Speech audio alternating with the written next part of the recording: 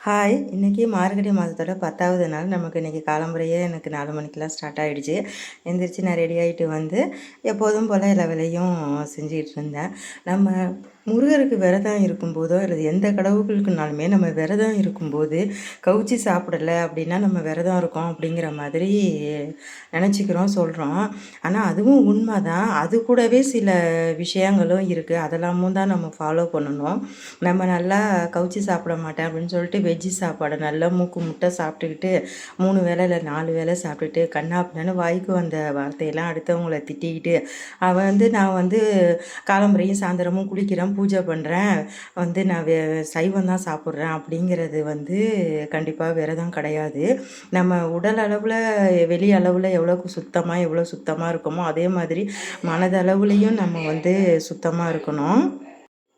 அதுதான் உண்மையான விரதம் அப்படிங்கிறது என்னோட தனிப்பட்ட கருத்து.